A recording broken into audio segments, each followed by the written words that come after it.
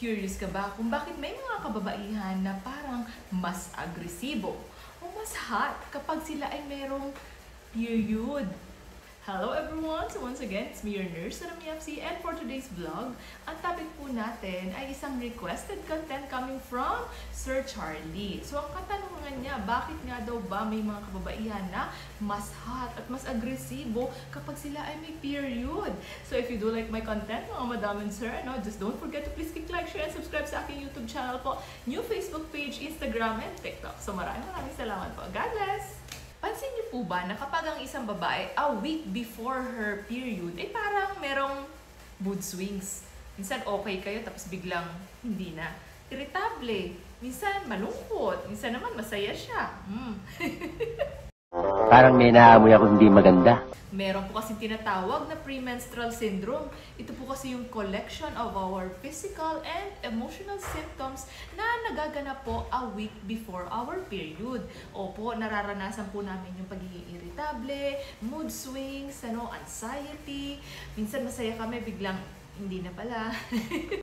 Damn! Kapag ang isang babae po ay nasa menstrual period na, nagkakaroon po kami ng tinatawag na fluctuation of hormones. Dito na po affected ang aming libido din sa aming katawan. Kaya itong katanungan ni Sir ay related sa aming hormones. Bola lang yan. So normally po sa start ng aming period ay nagkakaroon ng decreasing o pagbaba ng aming estrogen. At kinalauna ng aming menstrual cycle ay biglang tataas ang aming estrogen. So nagkakaroon po ng fluctuations ng hormone. So dito na po na magkakaroon ng malaking impact sa aming libido. Opo, siyang tunay. What?